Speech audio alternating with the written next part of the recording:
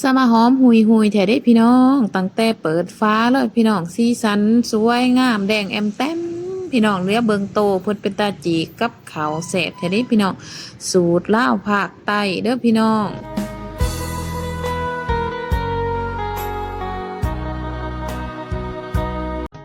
มาพี่น้องสตุก15มาเบิงปลาแดกที่สตุกเฮ็ดไว้ตั้งแต่มื้อนั้นมาฮอดมื้อนี้เพิ่นก็ได้ครบรอบ6 เดือนแล้วจ้ะพี่น้องว่าเป็นจังไดหอมบ่เป็นตากินตาอยากอยู่บ่พี่น้องป๊าดโถแดงเอ็มเต็มพี่น้องหอมตั้งแต่เปิดฟ้าจีกับข้าวเหนียวร้อนๆเด้พี่น้องกัดมักเผ็ดคือสิแซ่บสินัวเนาะพี่น้องเนาะบางคนผู้เพิ่นกินไว้6 เดือนนี่เพิ่นก็กินแล้วจ้ะพี่น้องแต่สตุกนี่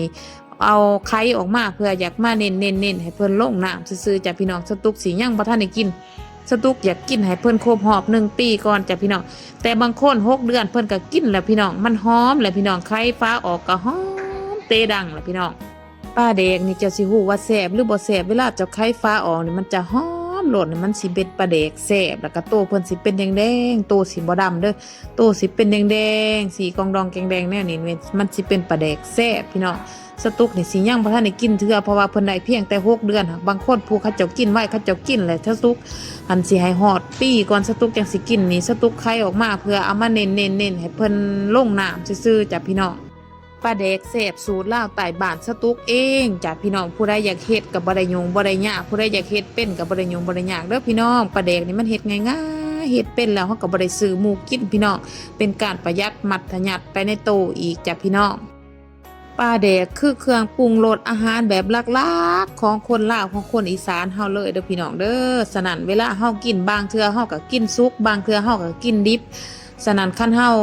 เฮ็ดได้เฮาเฮ็ดกินเองดีกว่าพี่น้องเพื่อความสะอาดสะอ้างเวลาเฮาไปซื้อหมูม่านี่นะไปซื้อปลาแดกเขากินนี่บางเทื่อเฮาอยากกินดิบแต่ว่าจักเขาเฮ็ดสะอาดจักบ่จักเข้าไหวสะอาดสะอ้างจะบอกคันเข้าไหวบ่สะอาดบ่อัดฟ้าบ่เมียนมัดอาทีดีๆนี่ มันสิเปื้อนเลยพี่น้องเฮากินมันก็บ่สะอาดจังเนาะก็เจ็บท้องเจ็บไส้แต่เฮาเฮ็ดเองนี่มันสะอาดสะอาดพี่น้องเฮามั่นใจอยากกินดิบก็กินดิบโลดพี่น้องจีกินโลดบ่เป็นหยังสบายหายห่วงเฮามั่นใจเพราะว่าเฮาเฮ็ดกินเองพี่น้องแต่เฮาไปซื้อปลาแดกหมูกินนี่มันบ่มั่นใจพี่น้องเอ้ยจักเขาเมียนมัดดีจักบ่เวลาเฮากินดิบบางเทื่อก็เจ้าเนาะก็เจ็บท้องเจ็บไส้เด้พี่น้อง สำคัญสิ่งสำคัญเวลาเฮาเฮ็ดปลาแดกกินเองก็คือกันเด้อพี่น้องเวลาเฮาเฮ็ดปลาแดกกินเองถ้าอยากให้ปลาแดกนั้นแซ่บเวลาเฮาเฮ็ดแล้วเฮาเอือบเฮามักแล้วนะพยายามที่สุดเอาใจใส่ที่สุดคือเวลาเฮาอัดฟ้าเฮาปิดฟ้านี่ต้องปิดให้ดีที่สุดพี่น้องห้ามเด็ดขาดบ่ให้มีกลิ่นออกมาบ่ให้แมงวันสามารถเข้าไปไข่ไปตอมเด้อเด็ดขาดโลดพี่น้องคันแมงวันไข่ใส่ได้แล้ว คือว่าตัวนอนมันจะเข้าได้แล้วจะเฮ็ดให้ปลาแดงเฮาเสียหายโลดพี่น้องคันนอนเข้าได้แล้วปลาแดงเฮาจะบ่หอมโลดพี่น้องมันจะบ่มีกลิ่นหอมโลดมันจะเป็นปลาแดกเหม็นปลาแดกตุเด้อพี่น้องเด้อรักษาให้ดีที่สุดโลดพี่น้องคันนอนเข้าได้แล้วหอมเพิ่นก็บ่หอมเพิ่นเดะปลาแดกนี่ก็สิเป็นสีดำอีกพี่น้องคือสตุกนี่รักษาที่สุดโลดเวลาเฮ็ดปลาแดกนี่ เวลาอัดฟ้านี่ต้องเอาใจใส่ให้หลายที่สุดเลยพี่น้องเห็นบอกคันเฮาเฮ็ดได้นี่มันสิเป็นคือปลาแดกสตุกนี่มันไข่ออกมันจะหอมโลดพี่น้องแล้วโตปลาแดกก็สิเป็นโตใสๆแดงๆน้ำปลาแดกก็แดงแอมเต็มพี่น้องเฮาเบิ่งก็เป็นตาอยากเป็นตากินโลดได้พี่น้องสำหรับวิธีเฮ็ดก็บ่ได้ยากบ่ได้ซ่าพี่น้องเฮ็ดแบบง่ายๆโหลดสตุกสิบอกวิธีเฮ็ดเทิงบ่บูดบ่หนาวเทิงมันง่ายพี่น้องเป็นหยังคนบ่ค่อยเฮ็ดกินย้อนคิดว่าการเฮ็ดปลาแดกนี่มันยาก และที่จริงมันบ่ได้ยากพี่น้องการเฮ็ดปลาแดกนี่มันง่ายคะแนนเฮาเข้าใจพี่น้องเห็นบ่พี่น้องจะเบิ่งแหนมเบิ่งตัวปลาแดกมันเป็นตาแซ่บแต่ว่าพี่น้องมันเป็นตาแซ่บเป็นตาอยากจีกินกับข้าวเหนียวฮ้อนๆกัดหมากเพชรจีพี่น้องเอ้ยจะแม่นมันเข้ากันพี่น้องเว้าเรื่องอาหารลาวนี่ปลาแดกนี่สุดยอดและกันว่าหายังบ่ห่วงบ่ทันนี่ก็แม่นบายเขากับปลาแดกนี่ก็แม่นเรียบร้อยแล้วสำหรับสตุกพี่น้องเว้าเรื่องปลาแดกนี่นะ ถ้าว่ามันเข้มร้ายมันกับบ่แสบบ่นัวได้พี่น้องการเฮ็ดปลาแดกนี่มันเข้มร้ายปลาแดกมันก็แข็งโกโรกิเรไปซื่อๆแล้วก็กลายเป็นปลาแดกบ่นัวกันว่าจ้างร้ายเพิ่นก็บ่เป็นอีก3 บาทนี่เพิ่นก็เน่ากะเหม็นเพิ่นก็คมก็เปื่อยไปจังซั่นฉะนั้นการเฮ็ดปลาแดกนี่มันต้องพอดามพอดีเด้อพี่น้องบ่ให้จ้างเกินไปแล้วก็บ่ให้เข้มเกินไปให้พอดีโหลดให้อยู่เครื่องกลางโหลดพี่น้องปลา ลาแดกเฮามันจังสีแซ่บคือจังสีเห็นบ่โตเพิ่นสีกองดองแกงแดงเห็นบ่พี่น้องโตก็ใสโตก็แดงไข่ฟ้าออกมาก็หอมหุยๆอันนี้เขาเอิ้นว่าปลาแดกมันแซ่บปลาแดกมันพอด่ามพอดีมันพอดีกินมันบ่เข้มเกินไปมันบ่จางเกินไป